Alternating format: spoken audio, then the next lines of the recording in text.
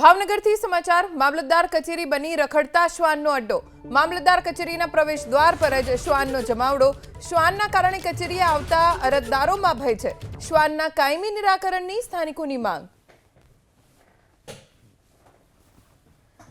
કચેરીમાં પ્રવેશ દ્વાર ઉપર જ 3-4 શ્વાન સૂતેલા જોવા મળી રહ્યા છે। અહીંયા આવતા અરજદારોને ડર છે કે ક્યાંક કોઈ શ્વાન તેમના ઉપર હુમલો ન કરી લે। કચેરીમાં અવારનવાર રજૂઆત પણ કરી છે। અરજદારો તરફથી પણ રજૂઆત કરવામાં આવી છે કે શ્વાન આટલા બધા છે, તેમને આવતા ડર લાગે છે, પરંતુ આ સમસ્યાનું કોઈ નિરાકરણ નથી કરવામાં આવ્યું। કચેરીમાં પ્રવેશ દ્વાર ઉપર જ 3-4 શ્વાન સૂતેલા જોવા મળી રહ્યા છે। અહીંયા આવતા અરજદારોને ડર છે કે ક્યાંક કોઈ શ્વાન તેમના ઉપર હુમલો ન કરી લે।